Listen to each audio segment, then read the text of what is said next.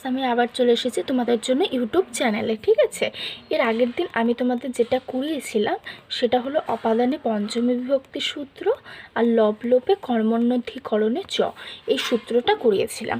আজকে যেটা তোমাদের করাবো সেটা দেখো, অপেক্ষার্থে পঞ্চমী বিভক্তি। সূত্রটার নাম কি? অপেক্ষার্থে পঞ্চমী বিভক্তি।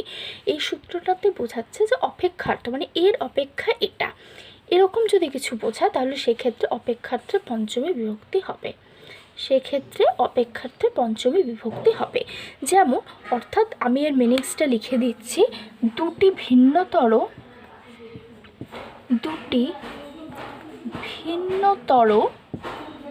পদার্থের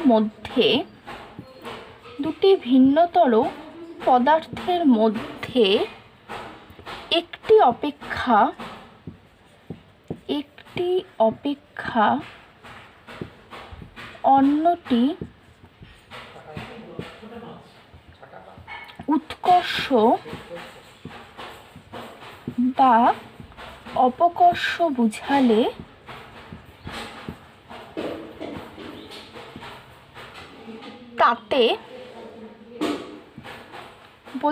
অর্থাৎ যে যার থেকে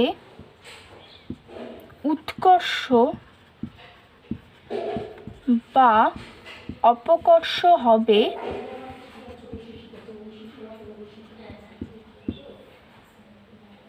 যার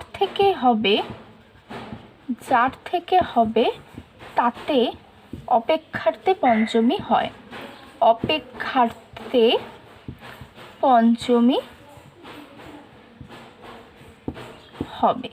তাহলে দেখো, আমি মিনিংসটা লিখে দিলাম কি, দুটি ভিন্নতর পদার্থ, অর্থাৎ ধরো সেটা বস্তু হোক, পদার্থ হোক, মানুষ হোক, কী হবে, দুটি ভিন্নতর পদার্থের মধ্যে একটির অপেক্ষা অন্যটি উৎকর্ষ বা অপকর্ষ বোঝালে, মানে আমি যদি বলি যে রাম শ্যামের থেকে বলিয়ান, তার মানে কি একটির থেকে আমি অন্যটিকে বেশি বুঝাচ্ছি, তাই তো, উৎকর্ষ বুঝাচ্ছি। আবার কম বুঝালেও অপকর্ষ, অর্থাৎ একটু উৎকর্ষ বা অপকর্ষ বুঝালে, অর্থাৎ যে যার থেকে উৎকর্ষ বা অপকর্ষ হবে, যার থেকে হবে, মানে ধরো আমি বললাম রাম শ্যামের থেকে বলিয়ান, তাহলে রাম যে বলিয়ান তাতে হবে না, যার থেকে বলিয়ান হবে তাতে অপেক্ষার্থে পঞ্চমী হবে।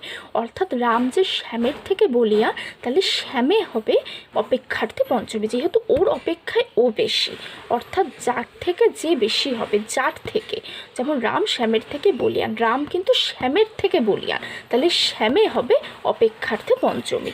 ঠিক আছে, তাহলে মিনিংসটা ভালো করে বুঝো। অপেক্ষার্থে পঞ্চমী বোঝা এর অপেক্ষা ও বেশি, এর অপেক্ষা ও কম, এরকম বোঝালে সেখানে পঞ্চমী বিভক্তি হয়। তাই বলা হলো দুটি ভিন্নতর পদার্থের মধ্যে একটি অপেক্ষা অন্যটি উৎকর্ষ বা অপকর্ষ বোঝালে যে যার থেকে উৎকর্ষ বা অপকর্ষ হবে তাতে পঞ্চমী বিভক্তি হবে, অপেক্ষার্থে পঞ্চমী। এবার আমি একটা উদাহরণ দিই, তাহলে তোমরা ক্লিয়ার বুঝে যাবে। যদি বলি বিদ্যা ধনাৎ গরীয়সী, তার মানে কি বিদ্যা ধনের থেকে গরীয়সী, তাই তো। তাহলে দেখো, কার থেকে বোঝালো? ধনের থেকে। বিদ্যা তো গরীয়সী বেশি, সেটা আমরা বুঝে গেলাম, কিন্তু কার থেকে বোঝালো? ধনের থেকে। তাহলে বলা হলো কি, যে যার থেকে উৎকর্ষ বোঝাবে, যার থেকেটা বোঝাবে, তাতেই কি হবে, অপেক্ষার্থে পঞ্চমী হবে। তাহলে যেহেতু বিদ্যাটা ধনের থেকে গরীয়সী, তাই ধনাতে হবে অপেক্ষার্থে পঞ্চমী, ধনাতে হবে অপেক্ষার্থে পঞ্চমী। ক্লিয়ার? এরপরে আমি আরেকটা তোমাদের সূত্র দিচ্ছি। ঠিক আছে, সূত্র বলছি, আরেকটা উদাহরণ দিচ্ছি। যদি আমি বলি জননী জন্মভূমিশ্চ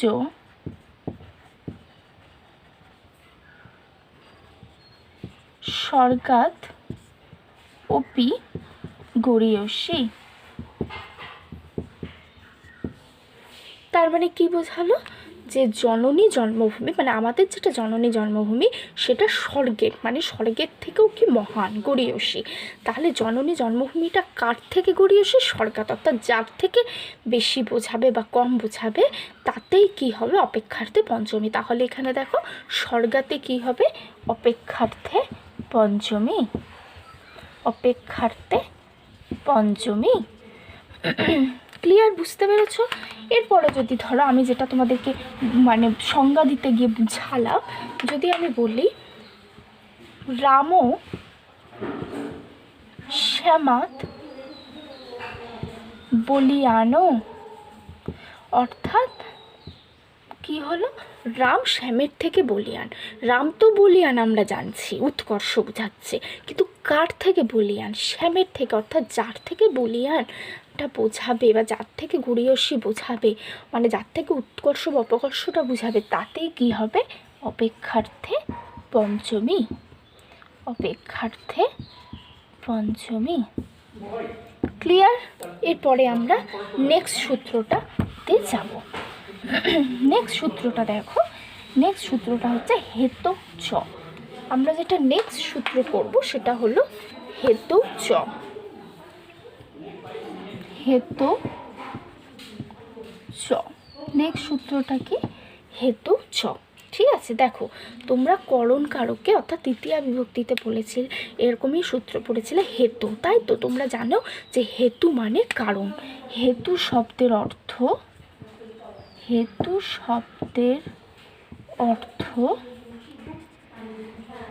কারণ, অর্থাৎ কারণ বোঝালে, মানে আমি তোমাদেরকে তৃতীয়া বিভক্তিতে বুঝিয়েছিলাম যখন আমি কি বলবো, সে সুখের জন্য নাচছে, সে সুখের দুঃখের জন্য কাঁদছে, তার মানে সে সুখের কারণের জন্য সে নাচছে, দুঃখের কারণের জন্য সে হচ্ছে কাঁদছে। তাহলে কি যখন কারণটা বোঝাবে সেক্ষেত্রে কি হেতু সূত্রানুসারে তৃতীয়া। ঠিক একইভাবে যখন এইরকম কারণটা বোঝাবে, মানে সে কারণের জন্য নাচছে, সে কারণের জন্য কাঁদছে, অর্থাৎ দুঃখের জন্য কাঁদছে, সুখের জন্য নাচছে, বা তার সে কি সুখের জন্য অট্টহাস্য হাসছে, এরকম যখন কারণটা বোঝাবে সেখানেও কীও হয়? তৃতীয়া বিভক্তিও যেমন হয়, সেক্ষেত্রে পঞ্চমী বিভক্তিও হয়। ঠিক একই নিয়ম অনুসারে কারণ বোঝালে তৃতীয়া প্লাস পঞ্চমী বিভক্তি হয়, দুটোই হয়, তৃতীয়াও হবে পঞ্চমীও হবে। সেটা তোমরা যখন পঞ্চমী বিভক্তি আমি ধরা শিখিয়ে দিয়েছি সেরকমভাবে তোমাদের সেন্টেন্সে ধরতে হবে, আর তৃতীয়াটাও ধরতে হবে। যেমন ধরো আমি উদাহরণ দিচ্ছি, দুঃখাত রোদিতি, তার মানে কি? সে দুঃখের জন্য কাঁদছে, দুঃখাত হয়ে গেল, তাই তো? তাহলে এখানে বোঝা যাচ্ছে অপাদান কারক। দুঃখাত অর্থাৎ দেখবে সংস্কৃত শব্দে যখন লাস্টে খণ্ডাত্মক থাকে সেটা কি হয়? অপাদান কারক হয়। দন্তের ন থাকলে সেটা করণ কারক হয়। এই জিনিসগুলো আমি তোমাদেরকে 11-এ লিখিয়ে দিয়েছিলাম, তাই তো? তাহলে দেখো এখানে খণ্ডাত্মক অর্থাৎ দুঃখের জন্য সে কাঁদছে, তাহলে এই জায়গাটা কি হয়ে গেল? পঞ্চমী। তাহলে এখানে কি হবে? হেতু সূত্রানুসারে পঞ্চমী বিভক্তি।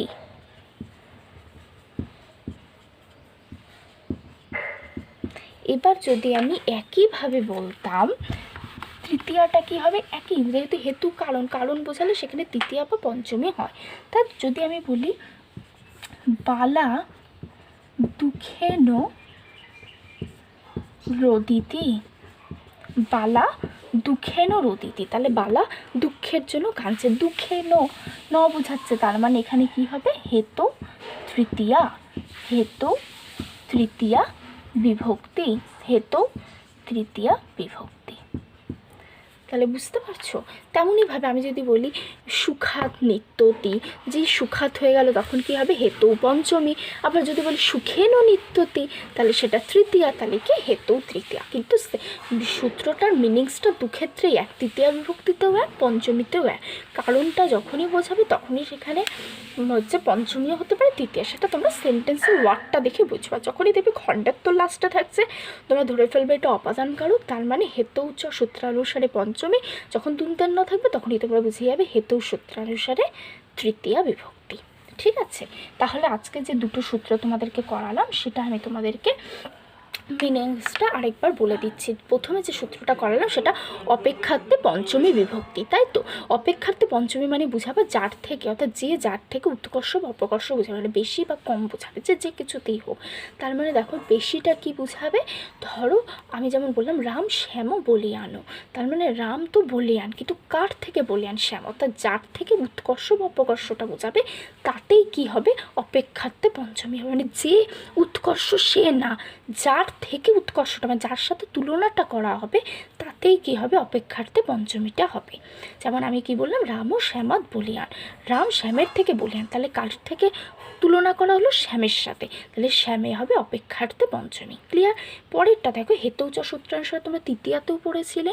করণ কারকে কি না হেতু, হেতু মানে কারণ, যখন কারণের জন্য কোনো কিছু বোঝাবে, মানে সে দুঃখের জন্য কাঁদছে, সে সুখের জন্য নাচছে, সে সুখের জন্য হাসছে, এরকম যখন বোঝাবে সেখানে তৃতীয়াও হয় পঞ্চমীও হয়। সেটা তোমরা কিভাবে ধরবে, আমি তোমাদেরকে একটা সুন্দর সূত্র করে দিয়েছিলাম, যে লাস্টে যে চারতলায় দাঁড় থাকবে সেখানে যদি বিসর্গ থাকে, যেমন চন্দ্র এরকম থাকবে, সেটা প্রথমা হয়, তাই তো? ময় হসন্ত যখন থাকবে তখন দ্বিতীয়া হবে, দুন্তেন্ন যখন থাকবে তখন তৃতীয়া হবে, উন্তেস্ত যখন থাকবে তখন চতুর্থী হবে, তাই তো? খণ্ডত্ব যখন থাকবে তখন পঞ্চমী হবে, দুন্তেশ্ব জফলা যখন থাকবে তখন ষষ্ঠী হবে, তাই তো? সপ্তমীতে কি একার চলে আসে। যেমন বাঘ বনে তিষ্ঠতি, বনে একারটা, তখন সেটা অধিকরণকারে। এই জিনিসগুলো আমি তোমাদের 11-এ সুন্দরভাবে লিখে দিয়েছিলাম, তাহলে তোমরা এইখানে সেই ইয়েটাই ফলাবে। যেমন ধরো যদি দুঃখের অতিথি, তার মানে সেটা তৃতীয়া, তাহলে সে হেতুচ্চ সূত্র, অর্থাৎ সে দুঃখের জন্যই তো কাঁদছে, আমরা তো ওটাও বুঝে যাচ্ছি যে হেতুচ্চ সূত্র আসলে তৃতীয়া। যখনই বলবো দুঃখাত্র অতিথি, তবে দুঃখের জন্যই সে একইভাবে কাঁদছে, দুঃখাত যেহেতু হয়ে গেল, সেটা হয়ে যাবে অধিকরণ, অপাদান কারকে পঞ্চমী বিভক্তি।